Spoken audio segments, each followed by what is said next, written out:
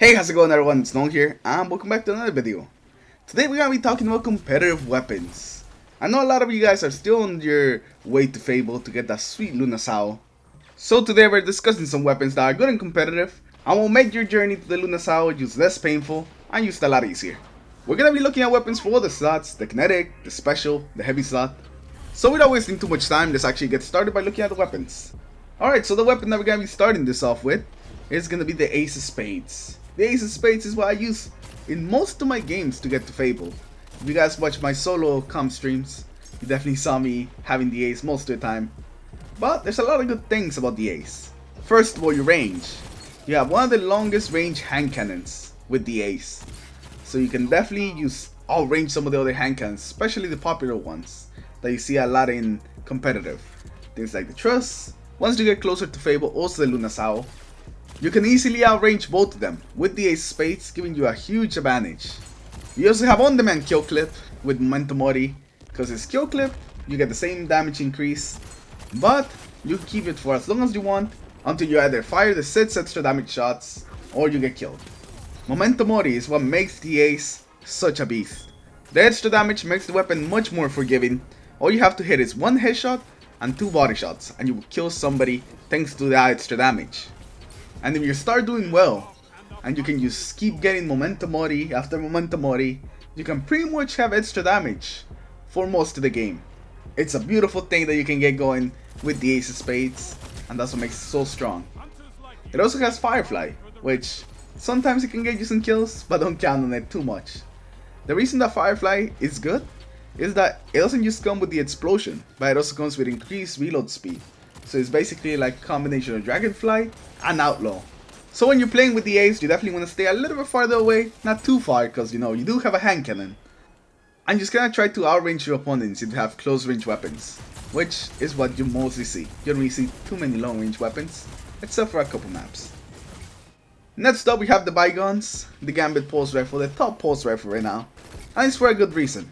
It has good range, good stability, good aim assist, a nice recoil direction, and you can get a pretty goddamn great roll at the Drifter. The roll did change recently, but I think that it actually got kinda better, at least for Crucible. You got kill clip, you got full auto, you got high caliber rounds, and you have arrowhead break. Sure, we could probably change out the full auto for a better perk, but while it might not be a god roll, it's still a pretty goddamn great roll for the Crucible. You pretty much have everything that you would want for a pulse rifle. The Bygones already do some pretty solid damage. But once you actually activate the kill clip, you can actually 2-verse people. As long as you hit all headshots, which for the Bygones is actually not that bad since it's just so stable.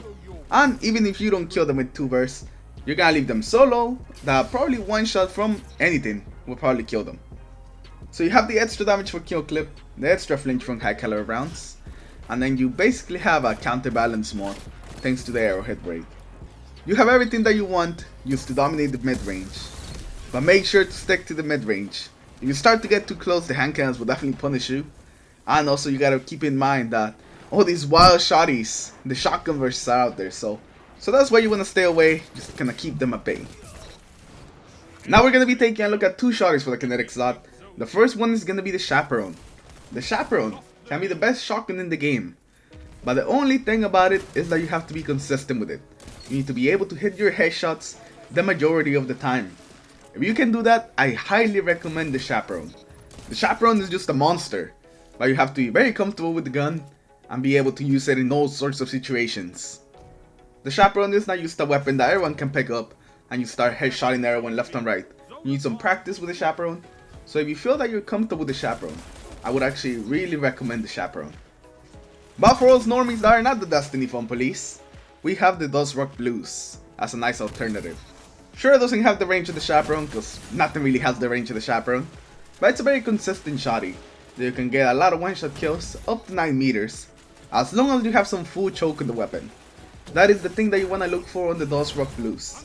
Is full choke, and maybe a couple of range increasing perks, but that's not really too necessary. What you really want to look for is just that full choke.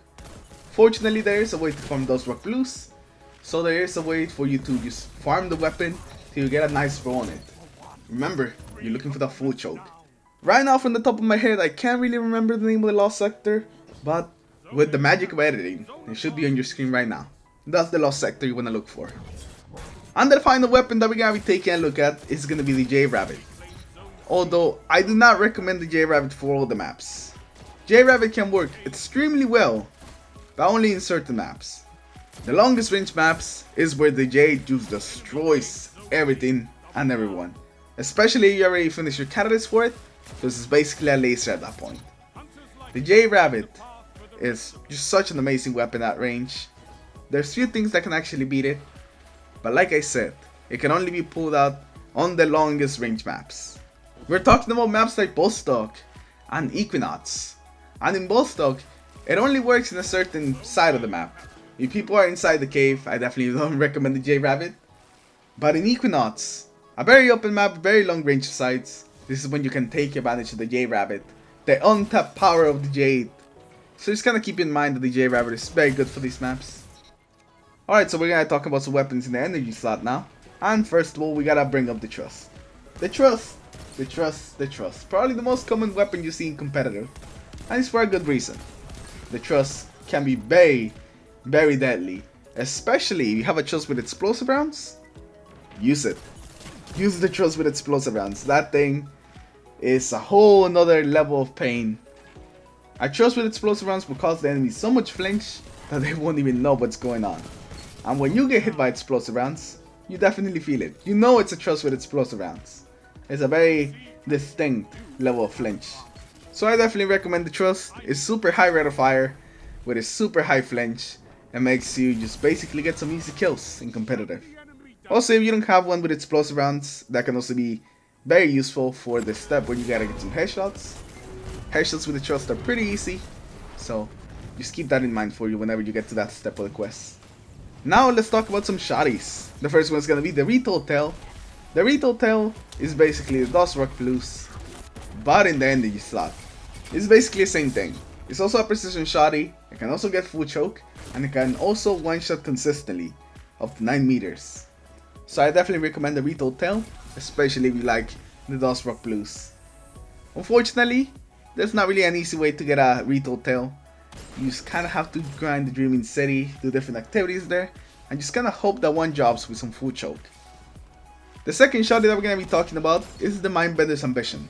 An aggressive shotty that comes to the Hollow Layer Rifle, which is actually still the rifle right now as I'm recording this video. This shotty is one of my favorites, especially because it comes with a curative roll that's actually pretty nice. The Mindbenders has a couple of things going for it. It's a high impact shotty, so it already has that going for it. You definitely want to look out for some nice high impact shotties to just improve that one shot potential. After that we have Opening Shot, which is usually a perk that's reserved for slug shotties. Buckshot shotties usually don't really have this perk, but since this one is a set roll, the curative roll, it actually comes with this perk. This shotty can one shot pretty consistently up to 9 meters, and it still does some pretty good damage at 10, being able to 2-tap people. So you have really good one shot potential, and you also have some great follow up after you do get a kill. After you get a kill, you're gonna increase its rate of fire, thanks to it being an aggressive frame shotty. And you also have Rampage, meaning more damage, meaning less pellets required for you to actually get a kill. Opening Shot and Rampage weirdly work really well together.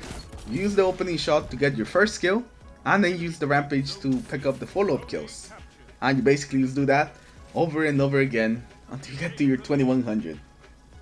Alright, so now for the last weapon that we're gonna be taking a look at in the energy slot, and it's gonna be the one and only, the destroyer of the Crucible, the Telesto. The Telesto is the ultimate equalizer. It doesn't matter if the other guy has better aim than you, because we have a Telesto. You could free charge it, peek the corner, and you're gonna be able to stuck him with those bolts. He's gonna die before he could even react to you. The Telesto right now is getting a lot of hate because it's just straight up unfair. It's an unfair weapon, no doubt about it.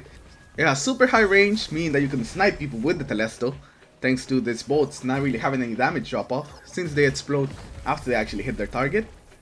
It's very forgiving, especially if somebody's in a closed up area, because even if you miss your bolts, as long as they land close to the person, maybe they land on a wall close to them, they will go off and still do the damage to the person and kill them. You can also control the map with Telesto. If you want to make an area more dangerous, you shoot some Telesto bolts on the wall, maybe on the ground, set up some Telesto traps, and this is gonna make it a lot harder for an enemy to get through that location, since there's Telesto bolts. Telesto the Besto has never been such a truer statement as it is right now in the Crucible. Before, when the Fusion Scavenger was broken, Telesto was pretty manageable. It wouldn't really have too much ammo, so it would shoot. It was kind of annoying, but it wasn't too bad. But now that Fusion Rifle Scavenger is actually working, that Telesto is terrifying. They have a lot of bolts, so they can just set up a bunch of traps, or maybe they could just try to snipe you with the Telesto, which does work. It's crazy use the range that you can get Telesto from. So this is definitely the best and easiest weapon to use right now to climb to Fable. Sure, it's an unfair weapon, but competitive is not really a fair system to begin with. If you have played some solo competitive, you definitely know what I mean. Anyways, Telesto OP, you're gonna be receiving lots of kills, lots of points, and lots of hate mail for sure while using Telesto. Alright, so now let's talk about power weapons. I'm gonna be starting with not really a weapon, but a class of weapons, and are the grenade launchers with proximity mines. Any grenade launcher really works as long as you have some proximity mines. Proximity mines is what's gonna make you being able to just kill people with grenade launchers a lot easier. I had an edge transit, yes, the meme itself with proximity mines, and it worked pretty well for the entire time I used it, which was, I think, in every single game. I don't think I ever switched too much out of the edge transit till 2100. Then I started experimenting with some other weapons. But it could be an edge transit, maybe I play the game. As long as you have some proximity mines on it, it's gonna be pretty good. After that, we're gonna have the Queenbreaker's bow. Yes, the Queenbreaker's bow. The big issue that you're probably gonna find with this one is that since the exotics are so rare, a lot of you guys probably don't have the Queenbreaker's bow. The Queenbreaker's bow has very generous headshot hit detection. And when I mean generous, I really do mean generous. That a lot of times you're gonna be questioning it and just trying to think how you actually hit a headshot on somebody. It's kind of ridiculous actually. It's kind of like a headshot magnet that just brings your scope to the head and you get some free headshots. It's a relatively easy weapon to use and one that can be very effective in medium to long range maps. I recommend the short scope for the faster charge rate. The faster charge rate definitely makes this thing just amazing. But the biggest problem, like I said at the beginning of this, is that a lot of you guys probably won't have the Queenbreaker's bow. And the final weapon that we're going to be recommending for competitive is the Warcliff coil. Oh, the Warcliff. You basically have a super every time you pick up some heavy ammo. You have great shutdown potential to anybody. No super can really stand against the coil. Everything just gets blown away. You can team wipe entire teams with it. It's basically like having a super every time you pick up a heavy. And it's amazing. If you have the catalyst for enhanced tracking, it makes it even better. But even without the catalyst, the tracking can be good enough for you to just destroy everyone. So there's not actually much I can say about the Warcliff coil. It's just amazing. So if you're not using an exotic for your primary or your secondary, definitely put on the Warcliff coil. But anyways guys, with that we're gonna end today's video. Hopefully you guys have enjoyed it. Hopefully you guys will give some of these weapons a try in competitive. And hopefully they will actually help you increase your competitive rank. Remember to leave in the comments below what are some of the weapons that you think I missed that are also good in competitive. Since I only tried to look at the top ones, so I didn't make this video too long. But I know there's a bunch of other weapons that can definitely work. So let me know which ones do you think they are in the comments below. Anyways, thank you all for watching today. Remember to leave a like if you liked the video, dislike it if you dislike it, subscribe to the channel in case you guys haven't already, share it around if you think somebody else will find this useful, and I'll see you guys in my next video. Take care everyone, have a good day.